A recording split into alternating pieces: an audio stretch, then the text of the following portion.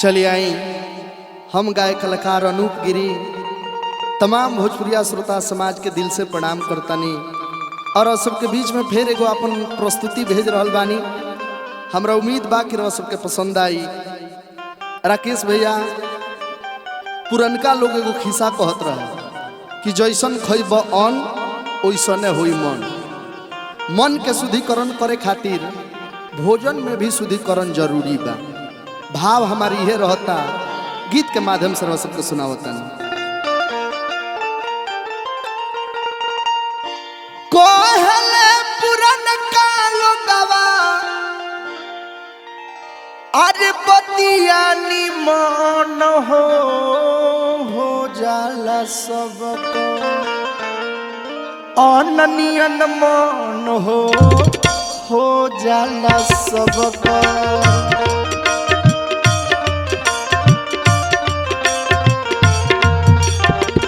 अननियन मन हो जाला सबको।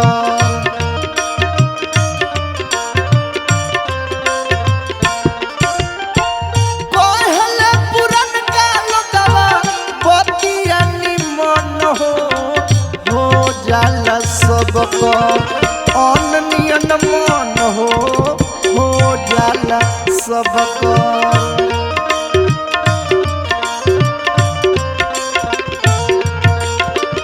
अननियन मन हो जाला सबको।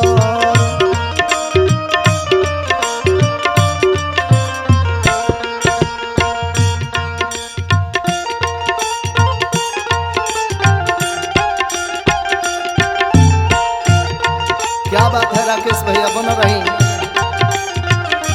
जय हो धर्मेंद्र बाबा।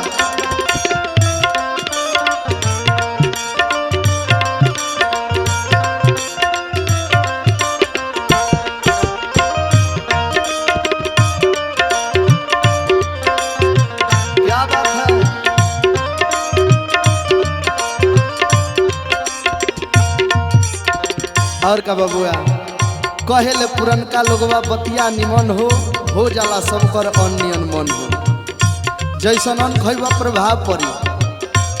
दूध दही खइबा निमन काम के सोच मानसिकता बदले निमन काम करके सोच। मीट मछली अंडा खइबा तामसी भोजन है, दिमाग में तामस भर रहे। ऐसे आलोक बाबा ध्यान देवे के बा। कवि के भाव लगता अंतरा के भाव।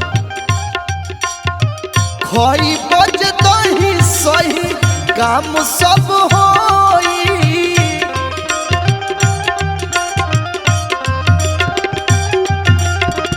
पियबा जे दूध घर में जोई न रोई।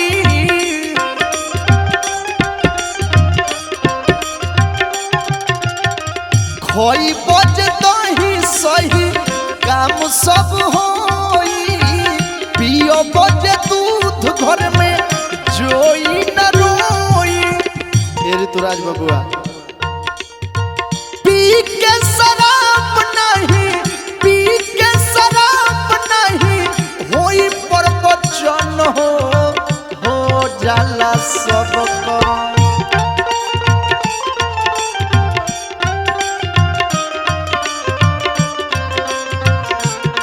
राकेश भैया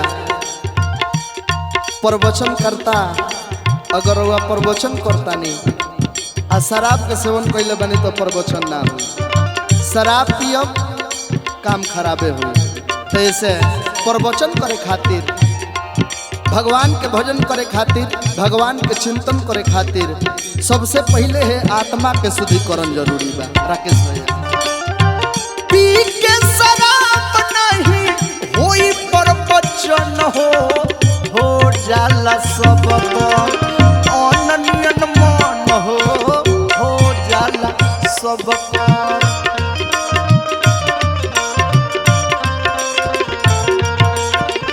अननियन मन हो जाला सबको।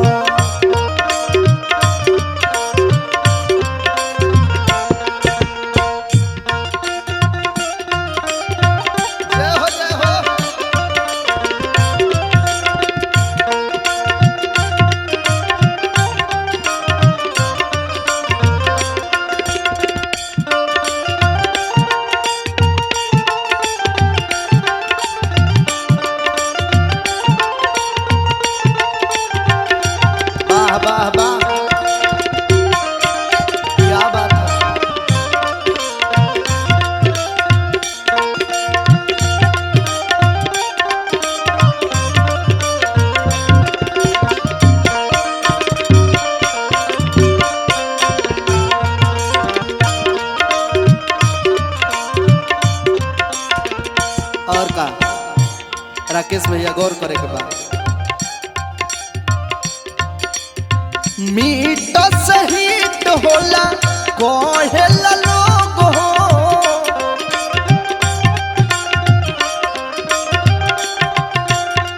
तो काहे न साधु लोला गावल कर भोग हो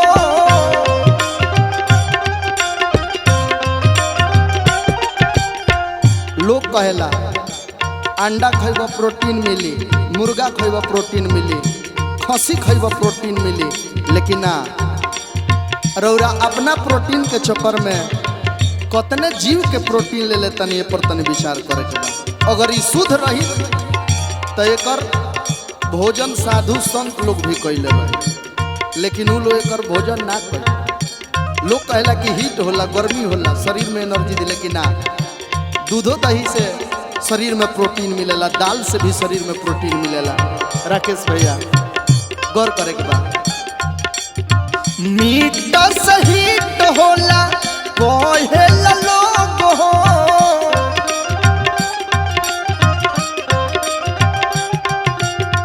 तो काहे न साधु लोला गावल कर भोग हो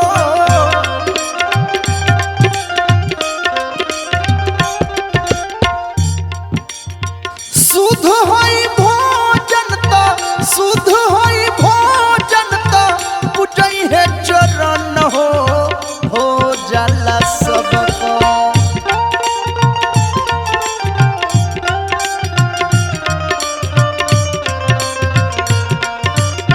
शुद्ध होई भोजन तो शुद्ध होई भोजन तो पूजई है चरण हो जाला सबको अनन्यन मन हो जाला सबको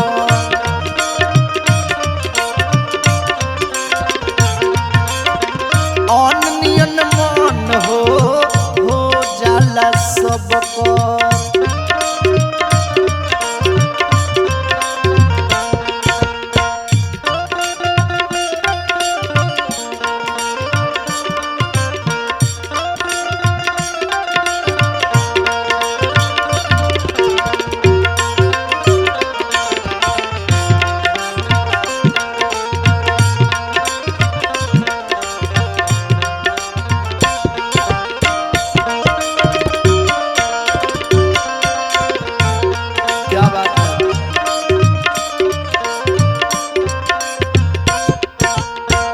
देखिए लास्ट में कवि जी एक गीत के माध्यम से सबका को समझाओ तनिया लोग बाबा आ कह तनी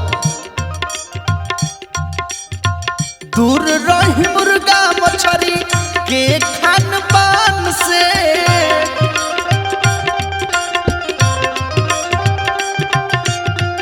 नहीं तो रहो एक दिन जाई बसही जान से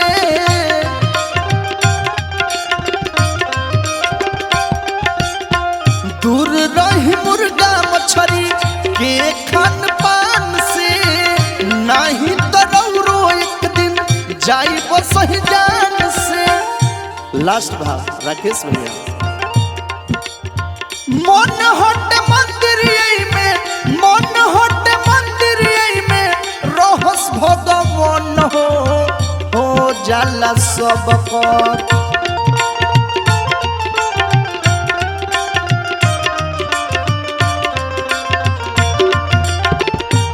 ईश्वर अंश जीव अविनाशी भगवान हर केहू के हमरा रौरा सबका में भगवान बानी।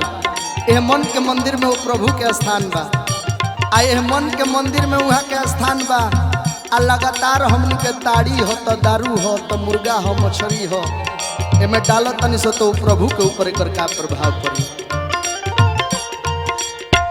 मन हट मंदिर में मन हट मंदिर में रहस भगवान हो जाला सबका अनन्यन मन हो जाला सबका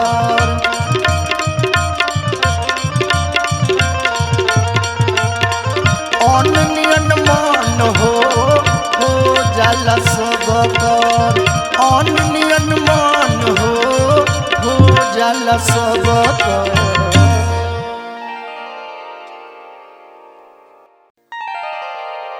चलिए आई हम गाय कलाकार अनूप गिरी तमाम भोजपुरी श्रोता समाज के प्रणाम करतनी और आप सबके बीच अनूप गिरी एंटरटेनमेंट चैनल से और आप सबके बीच में ये गीत भेजतनी। हमरा आशा बा कि सबके प्रेम से ने हमरा मिली। देखिए आज के समय ऐसा हो गया राकेश भैया कि जितना कुल हमने के यहाँ पशु पक्षी में गिद्ध रहले वो गिद्ध लोग न पाता हो गई। काहे कि 84 लाख प्रकार के जोनी होला, जौना में से 83,99,999 जोनी के बाद एगो मनुष्य के जोनी महान होला। भगवान हमने के वो जोनी में भेजले बानी, लेकिन आज के समय देखते हुए हम सबके बीच में एगो गीत परोसता नहीं। वाह मास्टर।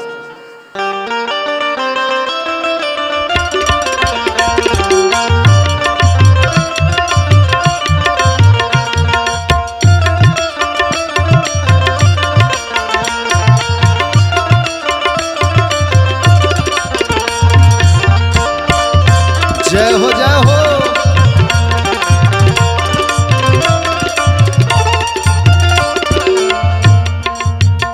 जतन गिरगिट भी रंग न बदली, जतन गिरगिट भी रंग न बदली, उतना रंग बदलता आदमी।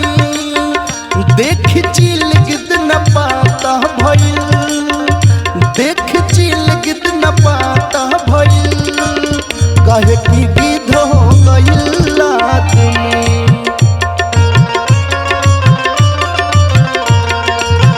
कहे कि गिद्ध हो गइल आदमी।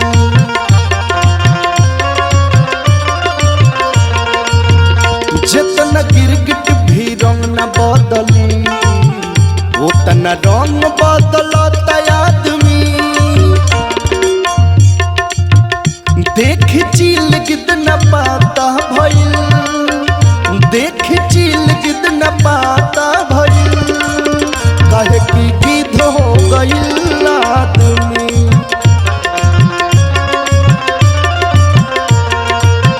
कहे कि गिद्ध हो गइल आदमी।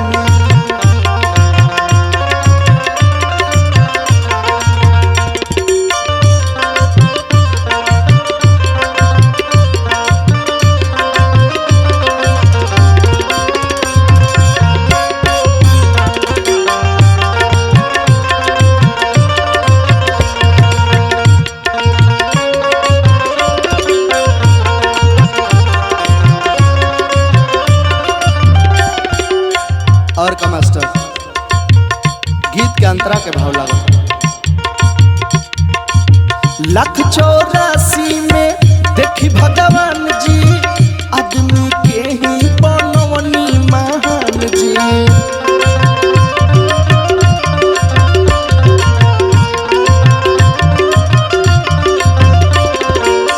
184 में देखी भगवान जी आदमी के ही बनवनी महान जी।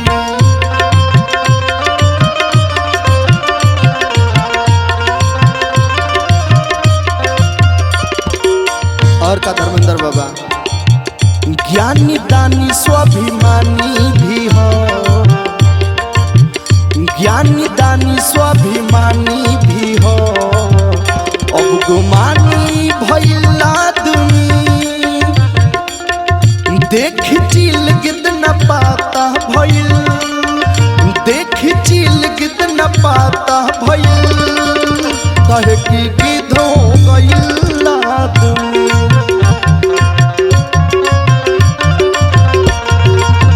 कहे कि गिद्ध हो गइल आदमी।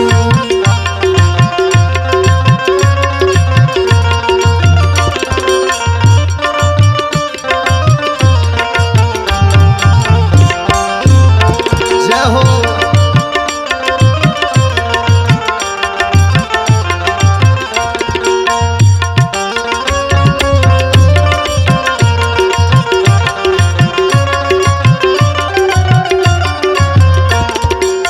देखिए हमनी के मनुष्य जोनी में आइल बानी सन, ये दुनिया के मालिक परमपिता परमेश्वर मर्यादा पुरुषोत्तम श्री रामचंद्र जी भी मनुष्य रहने, भगवान कन्हैया भी मनुष्य रहने, तो वो लो आदमी रहनी लो आ हमनियों के आदमी बानी सब।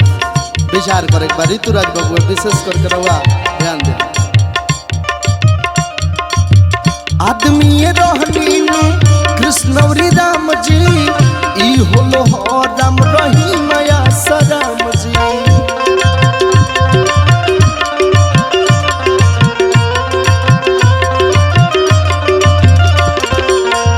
आदमी रहनी कृष्ण राम जी ई होलो हो राम रही माया सराम जी।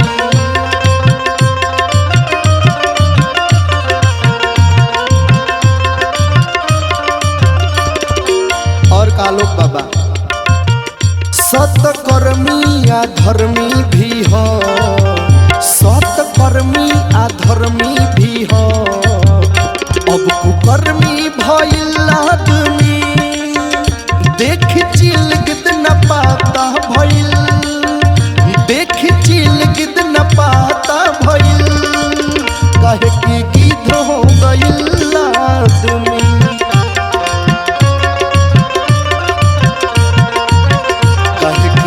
हो गइल आदमी।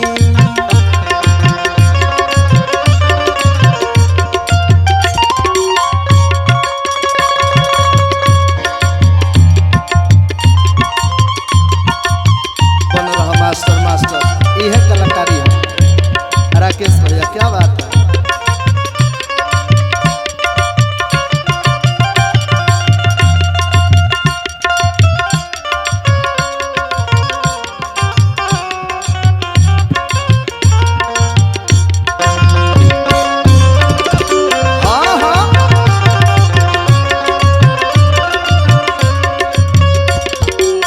और का बबुआ गीत के अंतिम पद लागत राकेश भैया,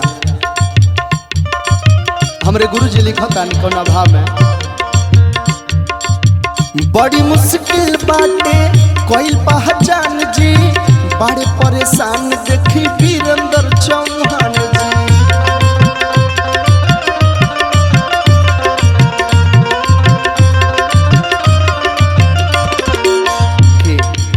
सबसे बड़ा चीज बा पहचान कर, मुंह में राम बगल में छुरी बेटा है राम तो काट मुड़ी है जमाना बाजी। मनुष्य के पहचान हमनी के करे के बा, मुखौटा दूसरे बा दिल में दूसरे बा। यही से हमारे गुरु जी कही बड़ी मुश्किल बाटे कोई पहचान जी, बड़े परेशान देखी वीरेंद्र चौहान।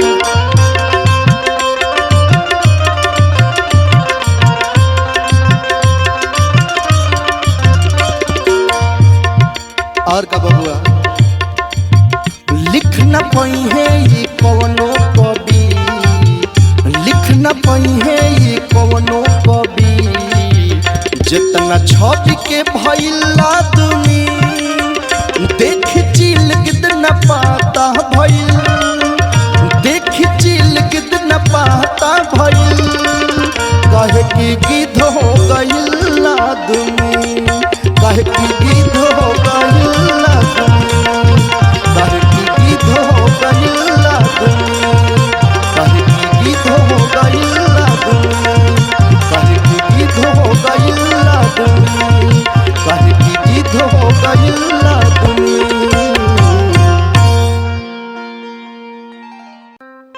चलिए आई हम गायक कलाकार अनूप गिरी सबका के प्रणाम करतनी। और आज अरवा सबे के एगो माई के ममता के बारे में गीत गा के हम सबके सुनावत तनी कि माई के ममता कितना अनमोल होला। महतारी हमने खातिर का ना करेली राकेश भैया, वही माई के ममता के वर्णन तनी रही कैसे मास्टर।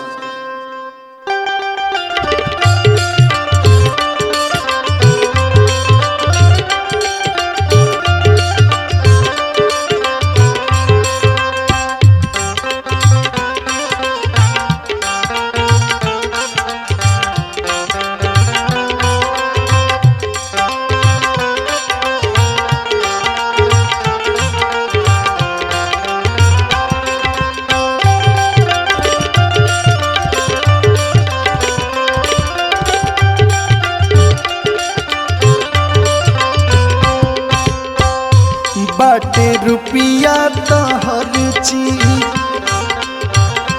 बाटे, रुपिया तो हर चीज मिल जाई, बाकी माई के ममता मिली ना।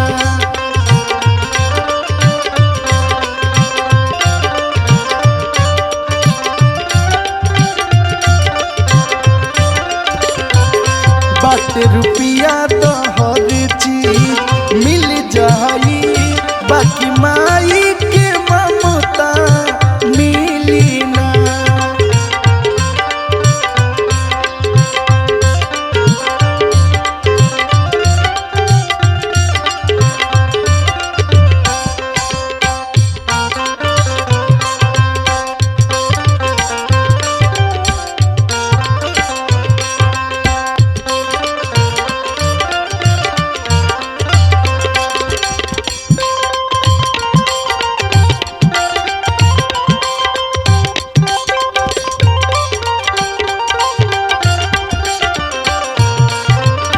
बन रहा मास्टर, बन रहा।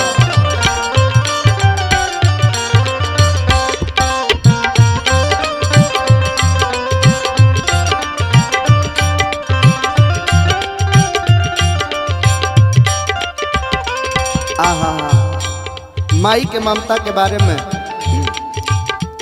हमार वर्णन करत करत मुँह थक जाई, तब माई के ममता के वर्णन ना हुई। महतारी हमी खातिर अपन पूरा जीवन लगा देवे लिए एगो अपना बेटा खातिर। माई के दूध में का मिलेला आ माई के हाथ में का बाटे, अंतरा के भाव लगता राकेश भैया। उनका दूधवा में वैसन मिठाई बा, उनका हथवा में अमृत मलाई बा।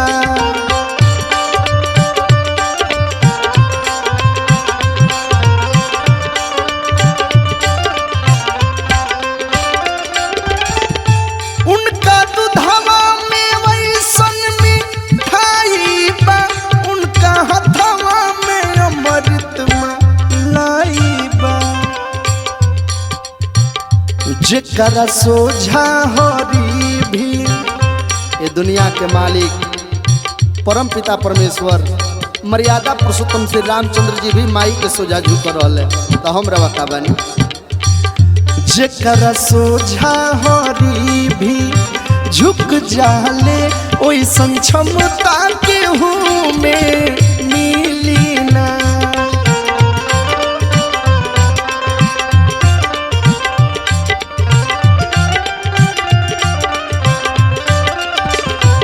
बाटे रुपिया तो हर चीज मिल जाई, बाकी माई के ममता मिली ना।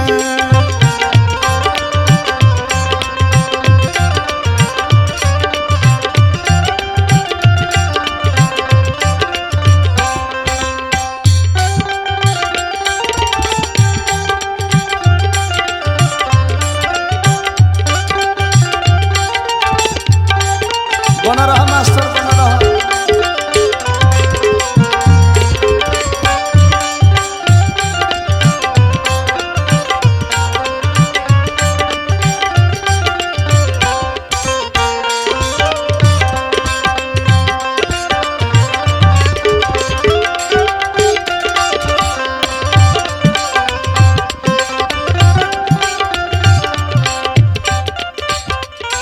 देखी ए गीत के अंतिम पद लागता, माई के अचारा के कोर में जतना सुख बा राकेश भैया, हमारा तो बुझाला कि कोनो रजाई गदा तोसक में भी सुख नहीं है जौन माई के अचारा में सुख बाटे।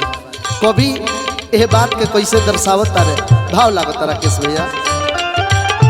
उनका अचारा से बढ़ के जाई ना, उनका ममता में सागर समाई ना।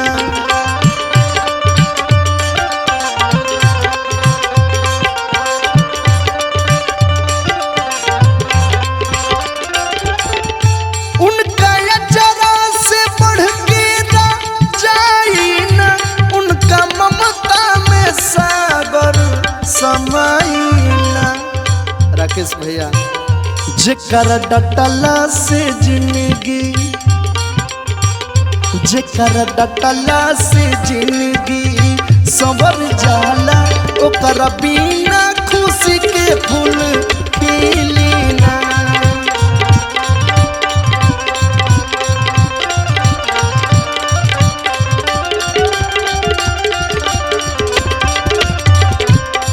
बाट रुपया तो हर चीज मिल जाई, बाकी माई के ममता मिली ना, बाकी माई के ममता मिली ना।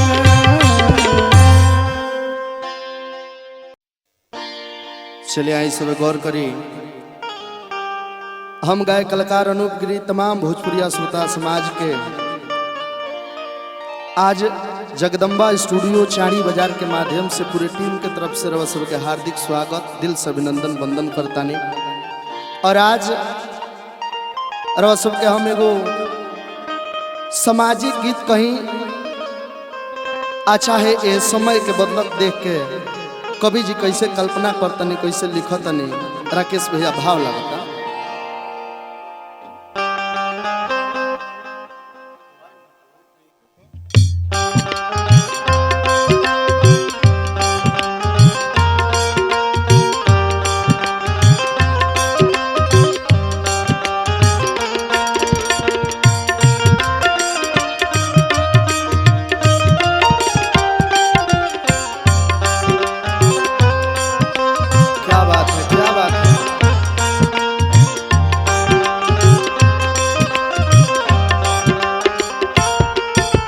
सब दिन होत न एक समाना,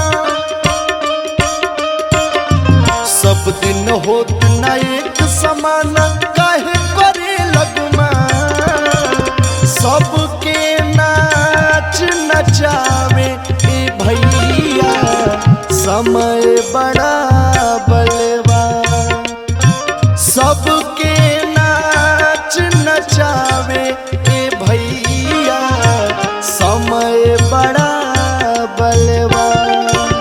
सब दिन होत न एक समाना,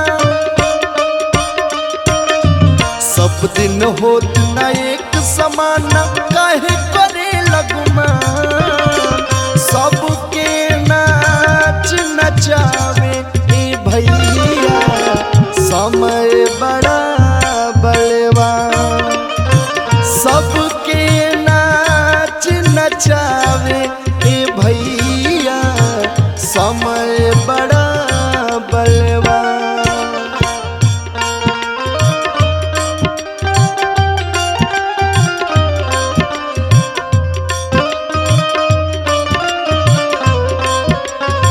क्या बात है मास्टर।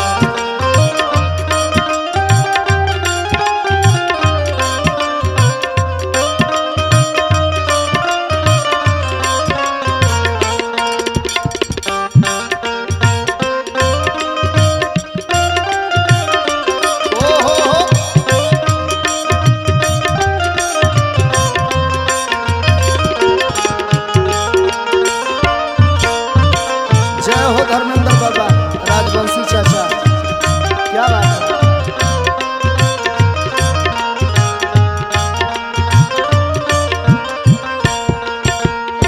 ये दुनिया में समय से बलवान कुछ ना होला, वेद शास्त्र गवाह बा।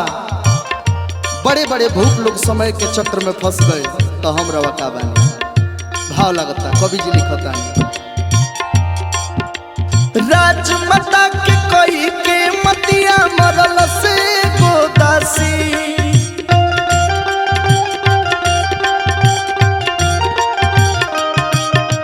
राजभिषेक न भइल राम के हो गइले बनवासी।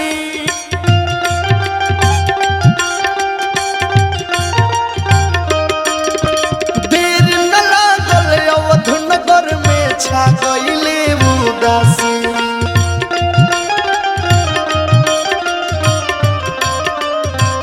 और का बबुआ,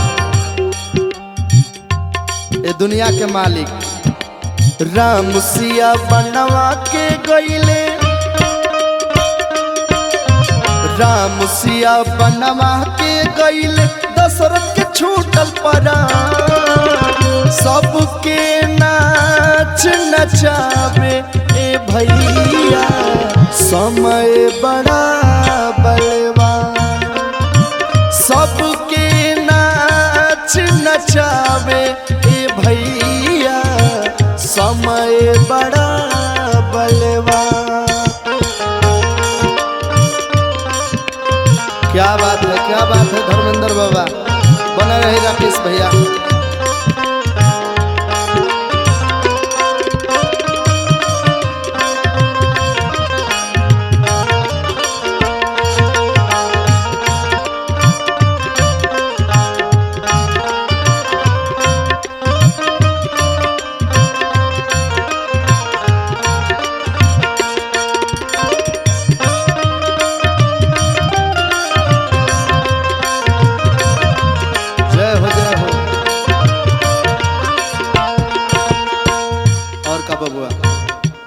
कवि जी लिखता नहीं,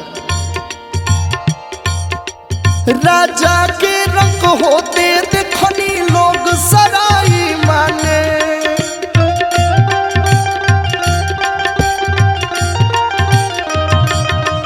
दौलत के घमंड में केहू खुद के ना पहचाने,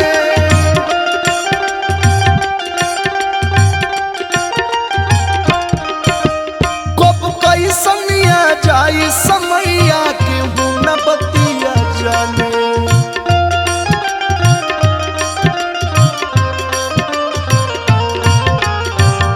और का बबुआ लिखे महेश परदेसी गीतिया, गावे अनूप परदेसी गीतिया, जाने सकल जहान सबके नाच नचावे ए भैया समय बड़ा बलवान, सबके नाच नचावे ए भैया समय बड़ा बलवान, सबके नाच नचावे ए भैया समय बड़ा बलवान। हरे राम राम राम हरे हरे, हरे कृष्ण कृष्ण कृष्ण हरे हरे, हरे राम राम राम हरे हरे, हरे कृष्ण कृष्ण कृष्ण हरे हरे, हरे राम राम राम हरे हरे, हरे कृष्ण कृष्ण कृष्ण हरे हरे, हरे राम राम राम हरे हरे, हरे कृष्ण कृष्ण कृष्ण हरे हरे, हरे राम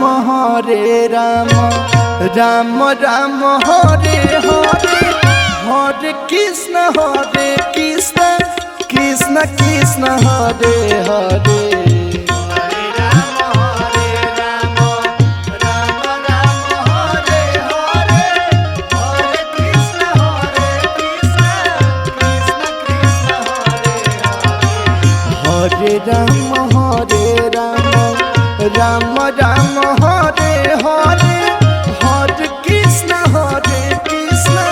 कृष्ण कृष्ण हरे हरे,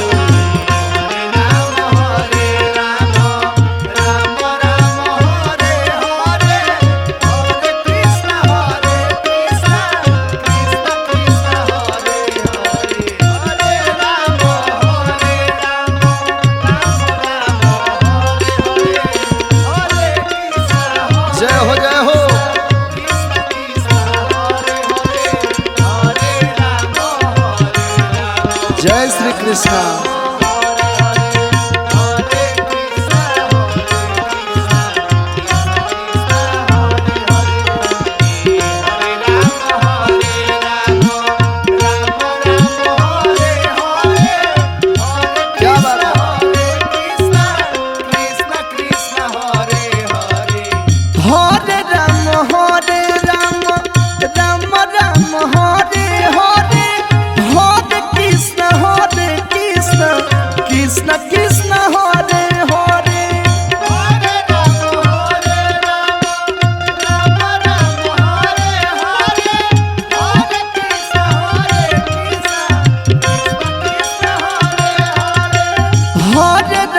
हरे राम राम राम हरे हरे हरे कृष्ण कृष्ण कृष्ण हरे हरे हरे राम राम राम हरे हरे हरे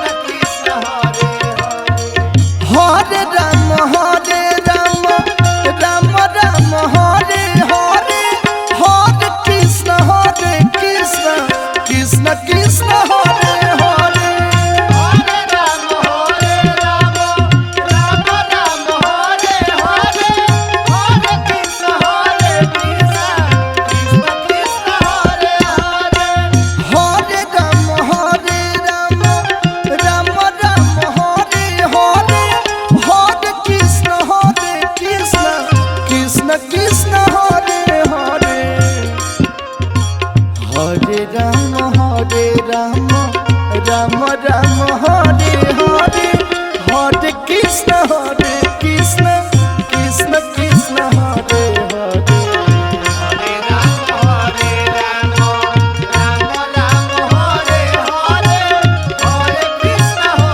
जय हो जय हो हरे राम राम राम हरे हरे हरे कृष्ण कृष्ण कृष्ण कृष्ण